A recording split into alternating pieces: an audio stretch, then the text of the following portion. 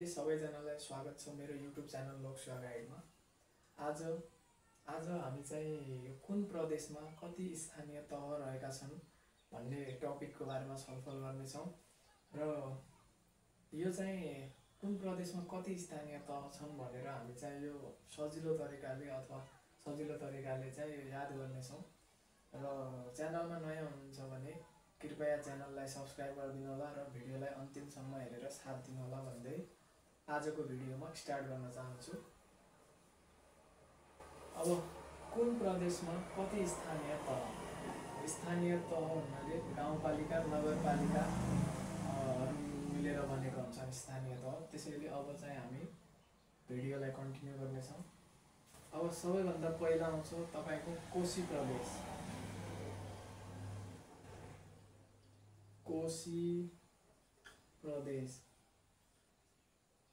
कोशी प्रदेशमा कतिवटा स्थानीय तह छ? त्यसपछि कोशी प्रदेशपछि आउँछ तपाईको दुईमा मधेस प्रदेश, तेस्रोमा बागमती प्रदेश,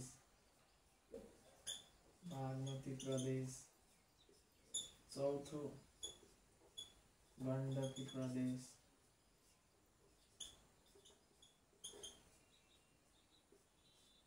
पाँचौंमा छ लुम्बिनी प्रदेश,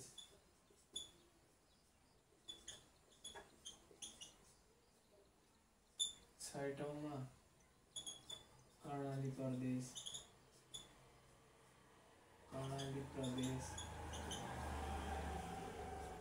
र सातौं भनेको सुदूरपश्चिम प्रदेश।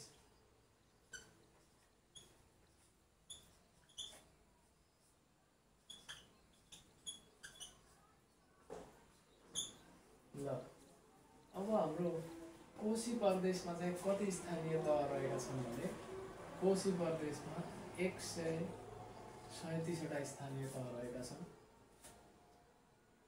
त्यसैगरी मध्य प्रदेशमा स्थानीय तहको संख्या ठ्याक्कै कोशी प्रदेशको भन्दा एक कम, -1 गरिदिनुस्, 136। कोशी प्रदेशको 137 वटा र मध्य प्रदेशमा भने ठ्याक्कै एउटा कम, -1 गऱ्यो भने 136 वटा स्थानीय तह मध्य प्रदेशमा रहेका छन्। त्यसैगरी बागमती प्रदेशमा अब यहाँ तपाईले -1 गर्नुभएको थियो। अब यता ठ्याक्कै बागमती प्रदेशमा छन् हाम्रो बागमती प्रदेशमा स्थानीय तहको संख्या 119 वटा रहेका छन्। अब यहाँदेखि ठ्याक्कै -17 गरिदिनुहोस्। त्यसैगरी गण्डकी प्रदेशमा स्थानीय तहको संख्या रहेको छ 85 वटा, 85। अब यहाँ -1 गर्नुभएको थियो, त्यसपछि -17, अब -34, 17 को डबल 34, यहाँबाट यहाँ -34 गरिदिनु। -17 -34 गर्दा ठ्याक्कै 85 आउँछ गण्डकी प्रदेशमा। त्यसपछि अब हाम्रो लुम्बिनी प्रदेशमा स्थानीय तहको संख्या रहेको छ। अब लुम्बिनी प्रदेश भन्दाखेरि हामीलाई थाहा छ 5 नम्बर प्रदेश। अब 5 को डबल 10 र 10 मा 1 कम गर्यो भने 9। लुम्बिनी प्रदेशमा 109 वटा स्थानीय तह रहेका छन्। त्यसैगरी अब कर्णाली प्रदेशमा भएका स्थानीय तहको संख्या याद गर्ने सजिलो उपाय के छ भने अब हामीले हाम्रो दिमागमा के राखौँ भन्दाखेरि कर्णाली नदी भनेको नेपालको शान हो। अब नेपालको शान भन्दाखेरि यहाँ हेर्नुहोस् है, शान भन्दाखेरि शाबाट सात आयो र न भनेको 9, शान। कर्णाली नेपालको शान हो, नेपालको शान हो भन्दाखेरि 7 र 9, शान 7 9।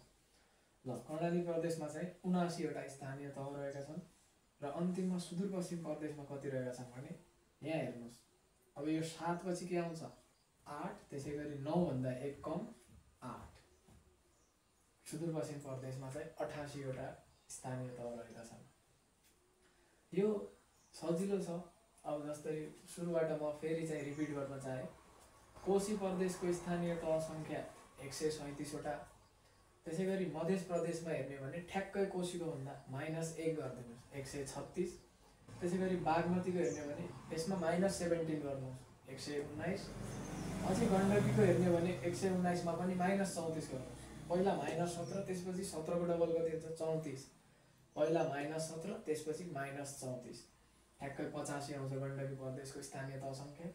त्यसैगरी लुम्बिनी प्रदेशको पनि सजिलै छ।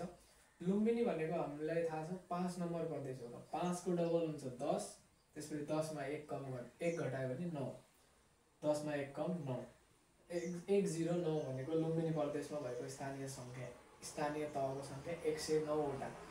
अब कर्णाली प्रदेशको कर्णालीको मैले भनिहालेँ हजुरहरूलाई, कर्णाली भनेको नेपालको शान हो। नेपालको शान हो भन्दाखेरि सानो। अब यो सानोलाई हेरौँ, साबाट आउँछ 7 र 9बाट आउँछ 9।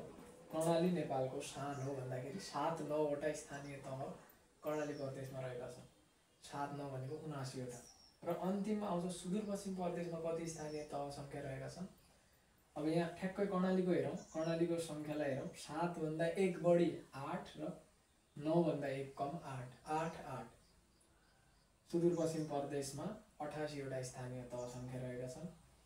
यो तपाईहरु याद गर्नु होला र हेर्दै जाँदाखेरि यो याद भइहाल्छ, एकदमै सजिलो छ। र आजको भिडियो चाहिँ म यही समाप्त गर्छु र नेक्स्ट भिडियोमा चाहिँ म केही अर्को टपिकलाई चाहिँ सजिलो तरिकाले याद गर्ने सूत्रहरू लिएर आउने छु। र कृपया च्यानललाई सब्स्क्राइब गरेर भिडियोलाई लाइक गर्नु होला भन्दै आजको भिडियो यही टुङ्ग्याउँछु। धन्यवाद।